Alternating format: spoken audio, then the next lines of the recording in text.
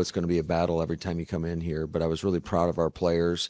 This was a playoff type atmosphere, and to be able to come in and win on the road is big for us. When did you decide to go for that last fourth down, and what was that decision like? How did you get there? Well, I kind of made up my mind prior to that. I told Jordan, hey, we got 2 downs here. We got to get one of the 2. So, you know, and our guys just made a play. It wasn't necessarily, I mean, obviously Wicks is an option on that play.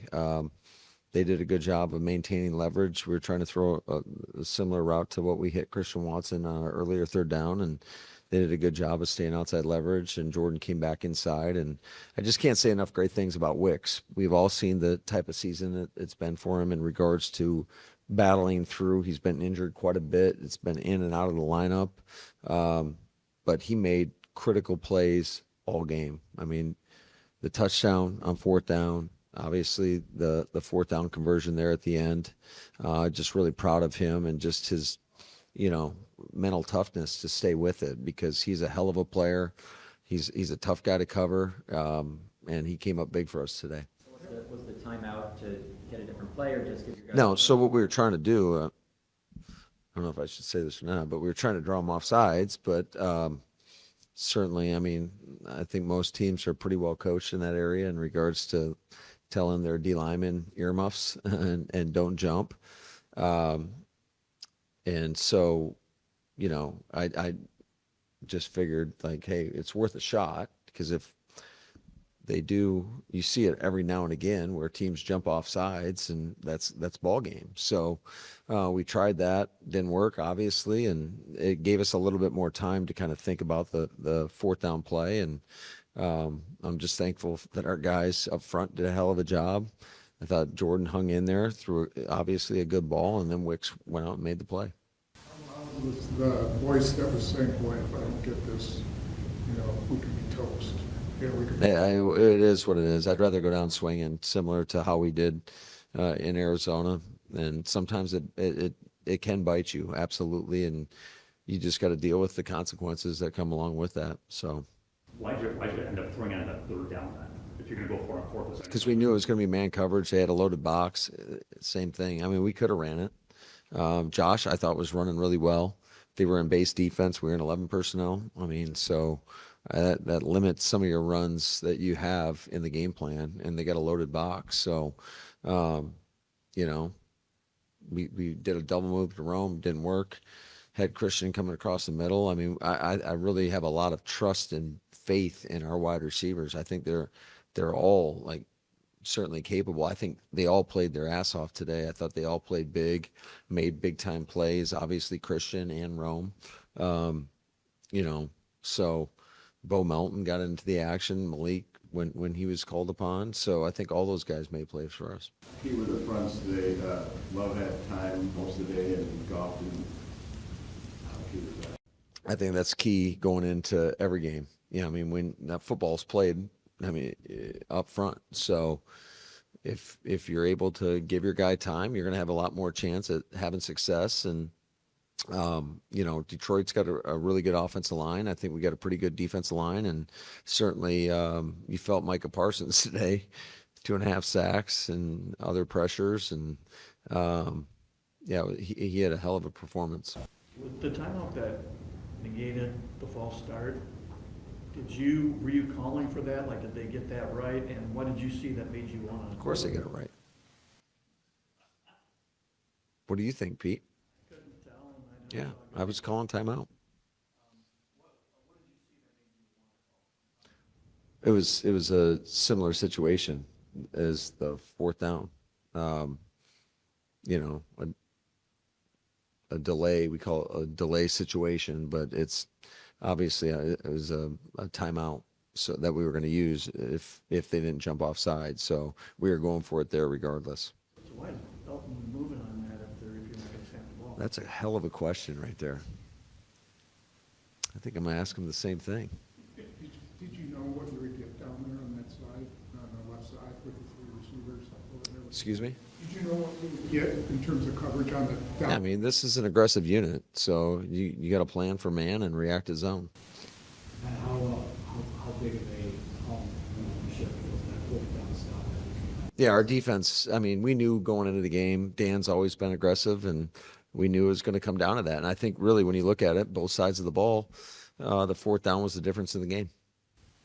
Really struggled with drops last year. How has he gotten to a point where he can do what he did today? Yeah, I think it's just his mindset. It's never been for him a lack of talent. He's always had the talent, and I think, I mean, obviously you want to go attack the ball aggressively. I think that can help eliminate a lot of drops, and I know a lot of great receivers that have struggled with drops and then overcame that, and it's not. He's got great hands. He's a natural plucker of the football, and so it's never like a lack of confidence in him. I've never wavered. I can speak for myself and our staff. We've never wavered on his ability. Like, I think he's so talented, and he just got to keep on approaching it the same way, the way that he has. And I think games like this are going to happen for him. 2 years ago, you guys came here and you played a really good game, and your offense, which had struggled, really came to life. Is there any feeling that like this is starting to pick up this year again too? Do you get that? Does this game give you that sense at all? I mean, I think every game is a new challenge, and I just never want to feel like, okay, here we are, we've got it figured out, because you got to put the work in. And there's a lot of talented defenses in this league, and there's a lot of challenges. There's a lot of smart coaches that are going to scheme up stuff against you. And so we're going to continue to just try to get a little bit better each and every day, the same mindset that we've always had. That's the only way I know how to approach it. Matt, early in the first half, he had a lot of open targets. I was kind of surprised with some of the missed throws and a few of the drops.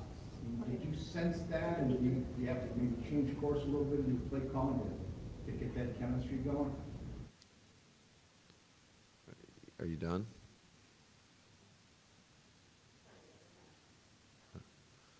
All right. Sure. Okay. Early in the first half, you had a lot of open targets there, but some surprising missed throws or a couple of drops. And do you have to sort of change just to try and get the rhythm going there, or how that feel? Yeah, I mean, every game's going to have ups and downs, and I think you just got to stay you got to stay with it. You got to stay resilient. And I think the best teams are able to do that and overcome their mistakes. There's no game that's ever going to be perfect in any phase. You just got to stay resilient. You got to keep that belief. I think the confidence is critical in every game. So they just, I think we got a tough-minded group that we've had our fair share of adversity, and I do think that if you're able to battle through adversity and you come out the other side of it, you're usually better for it. And so I'm really proud of our guys. We've asked you 100 questions about your inconsistent offense over the last 6 to 8 weeks. Where did today's performance come from? I mean, was about as good as you guys could play from some perspectives.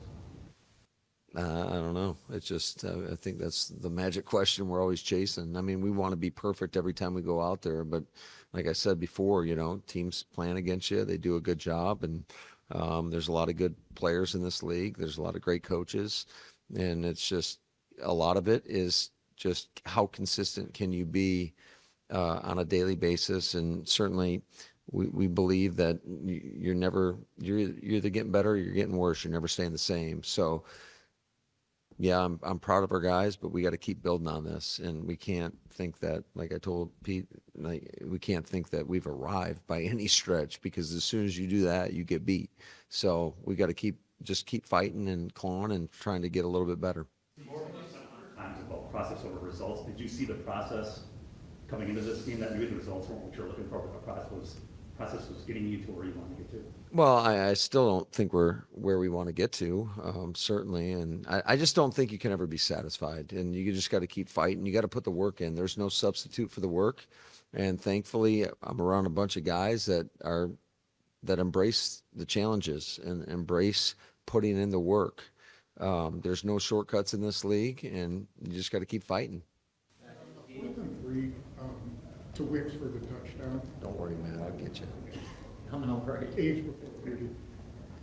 I mean, unfortunately, three, was it that Jordan being aggressive, or was that kind of what you thought? You're saying on the one to Wicks?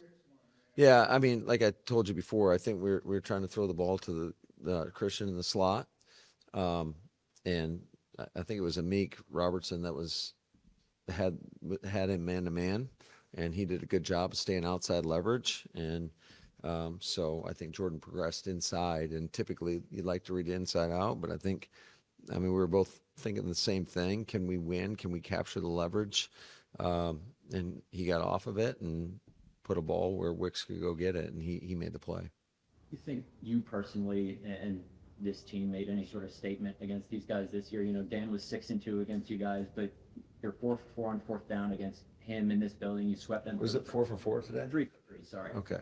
I thought I misspoke. You sweep them for the first time since 2020. Was there any sort of statement made that you? No. I mean, every game's its own game, and you know, we just came in here with an aggressive mindset, and I think that's one of the ways that you have to play against these guys, knowing that you're going to have to defend 4 downs. So, you know, it's a really good football team. Like, they've won a lot of games, and they've been one of the premier teams in the league for the last few years now. They got a lot of great players. I've got so much respect for Dan and his staff and what they've been able to accomplish. So I thought the only way that, you know, you come into this place, which is not an easy place to play, is you got to be aggressive. Yeah, it doesn't look good, guys. I'm sick for him. I'm sick for us. I mean, that's a critical loss for our football team, for our defense, obviously. And I can't say enough great things about him in terms of just watching him mature, not only as a football player, as a person. I've got a lot of love for Devontae Wyatt, and I think the whole locker room does too. So it's a little bittersweet, I would say, in regards to, yeah, we're happy about the win, but at the same time, we're sick about